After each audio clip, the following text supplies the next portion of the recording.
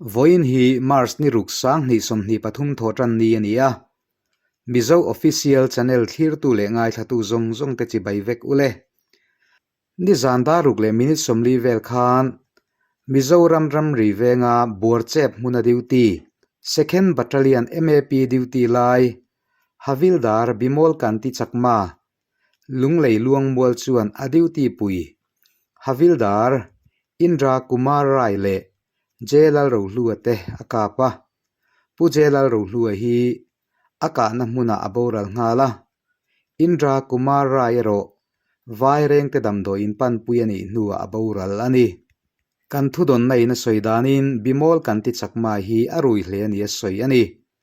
Vanduina toka an thian pa kutuara boral ta. Jelal ro hlua hi lunglei lammi ni in.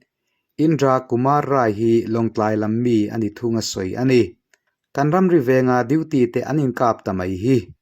Apoi na mual pho thak tak zeta. Tu nuwa thleng to mol su se. Vanduina toka boral ta te kan khonga in. An kalsan tak an chung kuwa te pathianin ompuin thamuan mol ro se. Ole, he vanduina thendan chungchanga thuchiang zo kan ria theinan. Amun ngaya kalchil tu. Sai hapui VCP. Pu vanlal zona kan biak na chu ilo ngai thate ang. Pu zon chibaile. Chibaile. Kan lau ria danin Second Battalion MAP sai hapuya post mek te aning kap hlum tia soya oma. Ngai takin thil thendan kin changi ria ang ang temin sil theingem o. Ole, alom ome. Kan ria ang hi kan soyang mo. Kan ria chin. Kan han soyang chu. Dar rukle minute. Som panga. Borvel khanin. Min ron phone solaya. WhatsApp lam duty zo kanya na china sai hapui vi nilabin. WhatsApp Painom Village Council nuai. Ni zok tamo tuna second MAP duty te hi. Ai khalaya duty te kha hemi sai hapui vi na hianin oil pump mun awta an mani hi MAP ho point mun rang rang an duty ve tamo anin then dara then tlanga ten duty a tlanga po tlang number 1 2 tiang kan an then amo chuan oil pump noya duty te hi pathum ni tamo ni pathum ma chuan in pathum ai nan tam ta chuan tuna mi chu pathum an ni ta tuna ummek te chumo chuan chu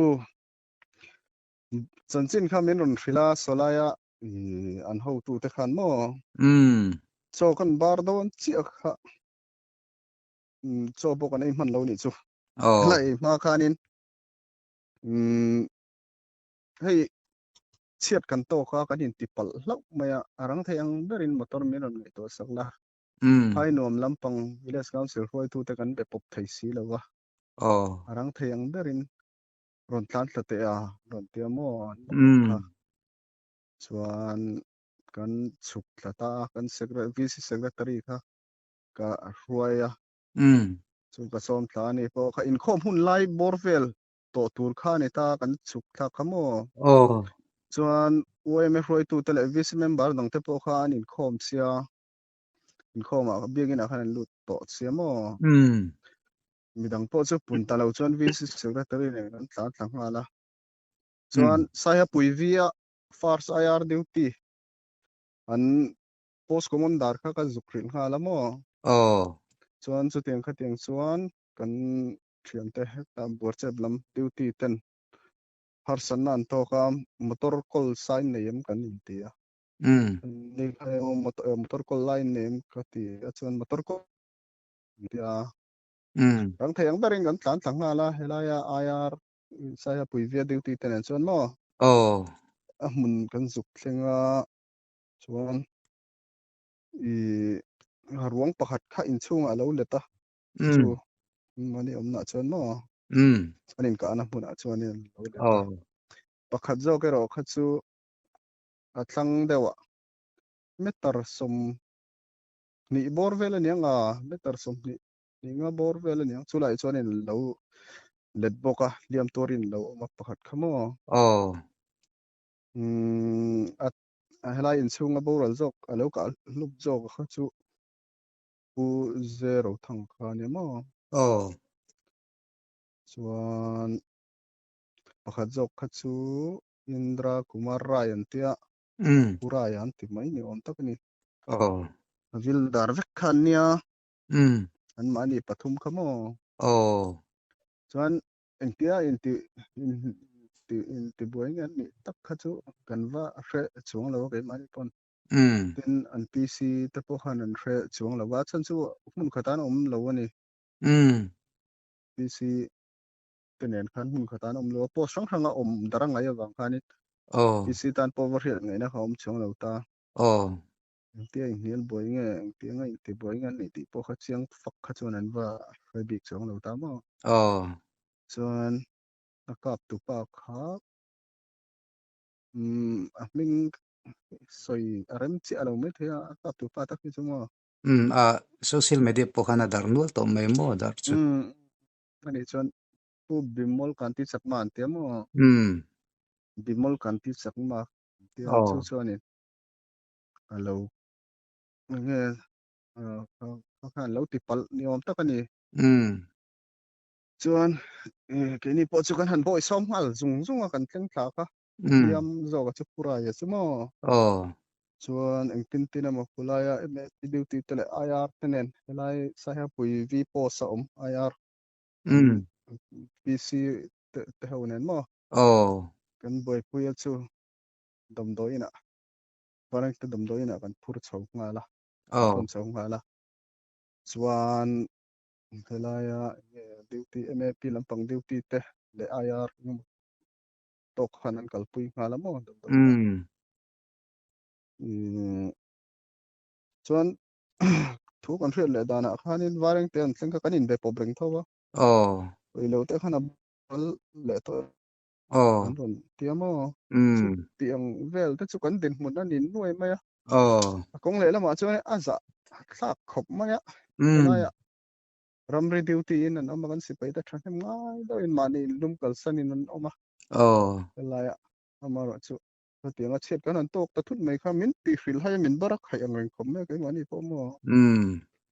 chu tiang vel chu thil tlen dan deuh kan hriat chin a chu ni deuh mai mo ani tak chu in va thlem thei hian a kap tu pa maya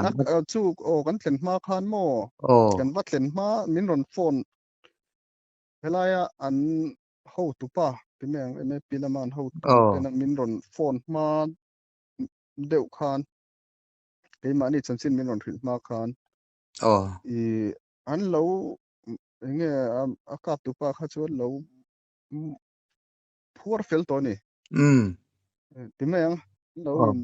huai phei to mo kun dang hetan PC omna room ani karing mo kan va mu ve ta chi alawa ke mani khan tin va mu ram po kha a thul to chuang lo kan va ngai sak ta chi alawa mo chuan man nge rang tak khanin kan SDPO waring te SDPO te le nge SI te tiang khani pui MRP lama kan hutu te panon thleng tla ngala mo chuan da saya pui vi tangin branch OMF roi tu te phainom lama tang in khutlang roi tu te le branch OMF roi tu te le thalai nge mato kanon kal bok mo tiang khanin kan in boi pui chho chu ni mai ani tak kan atira kan tlen tak tak khanin ke mani kha kan thahnem lo sia ti meng helaya IR ko pathum pali vel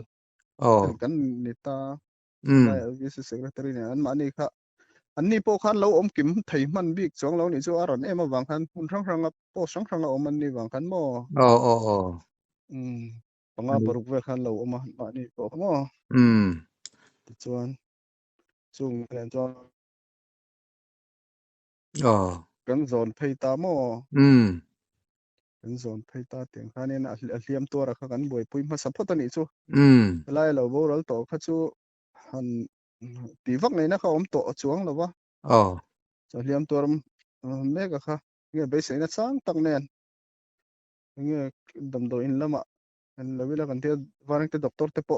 kan phone rum ma kai ma pun mo ngan te ma se dam do ya ten wal khanin a boral anon ti le ta box ya chu tiang vel chu kan din din hun ania mo ani takchu apoi re chuan maya phainom branch OMA khanin oh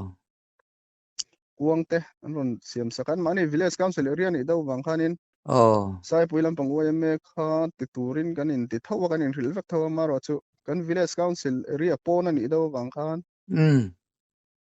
phainom lam pang kha kan an ngai changa ni pon rang yang bereng kuang khan on an lo ngal pokamo oh chu tiang vel chu ni chu ani sian takchu bun bun chu ani le mo um i liam tur boral ta kha khoilai velange liam ator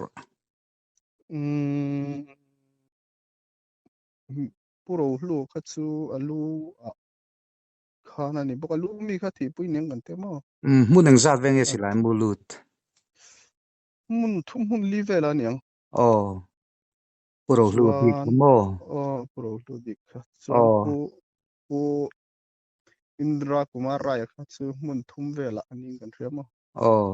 kan mu thei chin ani chu adang te po lo mai the kha chu police in an rezok nga mo ole ani chiang dawin an ni khan investigation ati khanin an ti chho tura ngai tai la oh kan mu ve chin ani chu ani le an ruang te mayang an taksa velam mu um plak ka omem ti mayang enge oh a hre omem mu te nia mu hreom chiang tak khan kan en ngam bik lo te mani po khan mo oh chu tiang mu hreom em chu an ni chia mel lo oh an ani taksa vel kha chu mo hmm tin a hliam tur zo ka po kan be phei chara kan zon phei pon mo oh kong pui kan tlen phei ma khan kong pui khi lui ka na nga ya hela oh saya pui vi lampang hi nai jok to mo tuna oh anin ti pal na mun ta kai chu kong pui kan tlen phei ma te pon kan bia ti khan ani po kha thadoi oh min chang tho mo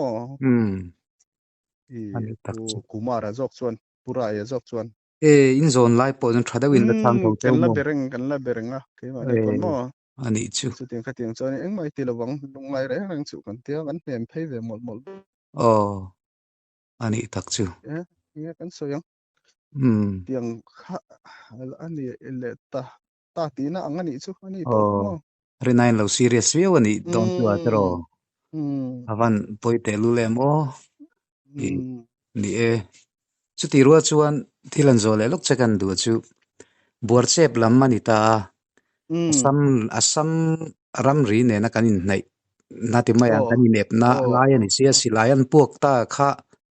asam lam pangte angin ral khel ve de winin shriem ral khels oh el tu ka mo oh ni pon non ti khal rup non slai ne nan non ri wa nge oh thilom zian te kan hanin khil fia te thilom dan te ka mo oh tiang vel chu ni da unwai ani chu kanom dan chu mo ale la mamul phau thak le mai buat um chep lama duty ti mayang asam um lam pang de na in kap te chu ni la thu hran ani ta um mani le mani in kap lung tatlat maya ti mayang midang ten kap lung tatlat maya um ti mayang second battalion MAP mi in a thian te pani kap lung khani ta pui um le mai ming chiat thla kan state ang zong po in um e poi tak zet zeta ani le um liam tua boral ta pani te hian silayan keng ve hrim hrim mem le silayan keng lo ni om tak ani a lan dana ken mo oh a chan chu silayan ken om mu tur om lo a ke oh mayang oh chu tiang vel chu ni deuh mai kan hmu dana chu mo ani mani tak na chu kan hmu dana chu avan je lo tak em oi tiang hi thil yeah. thleng to lu lo se la tro thleng to lo se ka ti khop mai ima mi mm malang pon mo a chan chu oh helaya ram ri a kan oma ke ni te phei chu oh e kan si pai te kan thlamuan nan nia kong eng ki ma kan nge kan in nga nan ni do to pati mai ang amang an tlak thina ram ri hanom han che nan kho sak khian chon mo adik chialom i atianga lang mm police te vai ho hian in min uchit don le mai ti ngai tu na te ron lu ta mo ni e lung chu bang chu in lom ril ru aza an thla ti ka na kong le na ma chuan tin van doina tok tu chung te tan por hil hai thlak don mai mo ni e an le na dom tak zet ni atwar mm pui ko tlang ang pon mo an tor van puya doina thin ta rim chung thak te bokamo mm i in eng tiang chin nge asam chan chin bu vela tele media vela mizo te kamin mu ngai dan tura pringot po kha ngai tuin thi na chu thi mm na lo ni sela aril ru na thlak rim shim mai an zo mm atang mizoram kan di na tang point mo mizo te kan di na tang point oh a eng po ni sela in biak na hun sipai that te le oh kan sipai te in kar khatinga nge siat na van doina in ti palnan thleng tamai kha fiat oh thiam chu har khop mai kan oh tiamo lai ko oh tlang roi tu te pon avadik apoi kan ti tak zet ko tlang roi tu te pon lai mi te pon mo ani takchu he mm puzon in biak na hun mm thatak mai min siam saka i chunga kan lom tak zet zete o ole ole ke ni po kan lom lu tu ke o le